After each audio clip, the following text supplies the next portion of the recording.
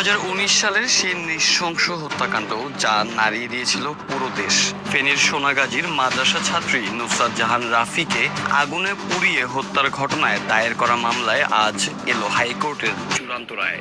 2019 সালের 6 এপ্রিল আলিম পরীক্ষা দিতে সোনাগাজী ইসলামিয়া ফাজিল মাদ্রাসায় গিয়েছিলেন নুসরাত। সেদিন তাকে কৌশলে মাদ্রাসার ছাদে ডেকে নিয়ে শরীরে কেরোসিন ঢেলে আগুন ধরিয়ে দেওয়া হয়।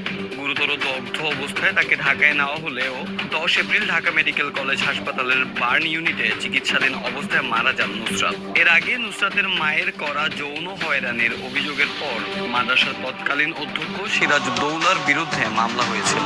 তদন্তে হত্যাকাণ্ডের সঙ্গে 16 জনের সম্পৃক্ততার কথা উঠে আসে এবং তাদের বিরুদ্ধে আদালতে অভিযোগপত্র দেওয়া হয়। দীর্ঘ বিচারিক প্রক্রিয়া শেষে 2019 সালের 24 অক্টোবর ফেনীর নারী ও শিশু নির্যাতন দমন ট্রাইব্যুনাল অধ্যক্ষ সিরাজউদ্দৌলা সহ 16 আসামিকে মৃত্যুদণ্ড দেন।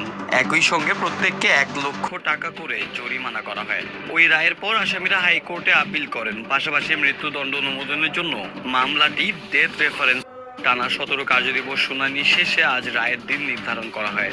সর্বশেষ রায়ে হাইকোর্ট প্রধান খালাস দেওয়া হয়েছে এবং আরও 4 আসামিকে যাবজ্জীবন কারাদণ্ড দেওয়া হয়েছে। রায়কে কেন্দ্র করে নুসরাতের পরিবারের বাড়িতে বাড়তি নিরাপত্তা দেওয়া হয়েছে। দীর্ঘ 7 বছর পর উচ্চ আদালতের এই রায়ের মধ্য দিয়ে বহুল আলোচিত মামলাটির বিচারিক প্রক্রিয়ায় এলো গুরুত্বপূর্ণ এক অধ্যায়। একজন তরুণের স্বজন হারানোর ঘটনা ছিল না, এটি